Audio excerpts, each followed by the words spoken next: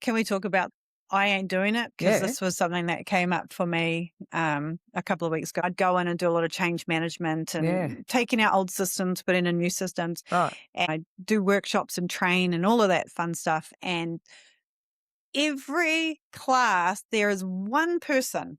Everybody else is on board, but then I felt like my whole week was just spent convincing this person why this is a good idea. Over time, I just like, whatever, the ship sailed, like get in the boat.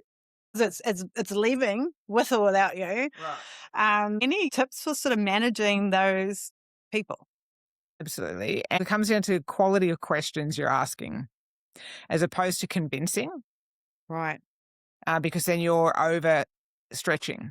Mm-hmm. So long as you've given honest disclosure around what's going to be required from people, right? Yeah. And the reality of the situation about, this ship is sailing in this, and it's going to look like this. So long as you've given all the relevant information, overselling is not going to do anything because there's something fundamentally in it that is not your responsibility to fix. Yes. So it comes down to the quality of questions where you put the accountability back to the other person. Mm-hmm. So person X, this is where we're moving towards, recognizing it's a change, recognizing we're asking you to step into something that might be different, that might bring all sorts of discomfort or not, or you might not want to be working in this new way. So talk me through what it's like for you when you know this is the new. So that could be question one. Yeah. When you think about new over here, what's the resistance that's coming up for you? Talk me through that. Yeah. How would you think is a reasonable way to navigate that resistance? Given that this is what the new is going to look like, how do you feel about being on board for that? Yeah. What's the roadblock for you that you can be accountable for to either join the ship or do we need to explore anything else? So it's going to come into open-ended questions heading in the direction of that person. So you want to put them in their frontal cortex. I'd be using curious language too. Hey, I'm really curious what's going on here. I'm observing resistance. Yeah. But what's going on? Mm-hmm. As soon as you use the word curious, they're in their frontal cortex. Now whether they want to be or not, they're in their adult self. And just actually by nature of them being back in their adult self, the resistance might drop off, by the way. Because the resistance could be a childlike response to a trigger. But start using curious, that you say, hey, look, I'm curious what's going on. Like, yeah, sure, it's change. It might be uncomfortable. I want to understand what it is. Talk to me. Yeah. But as soon as you use that language, they're here. Yeah.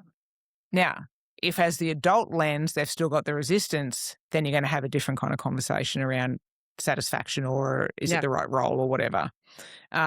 But if it's the childhood resistance to throwing the toys out the cot and I don't want to do something new, then don't waste your air on dealing with the 10-year-old or the 5-year-old or the 15-year-old or whatever it is. Get them into current time. This is the regulation. And sit down and say, let's talk adult to adult. You start using the language of what you want from this person. Right. We need to talk adult to adult on this topic. Let's see what's actual resistance versus a preference to not move forward. Two different things. Does that make sense? Yeah.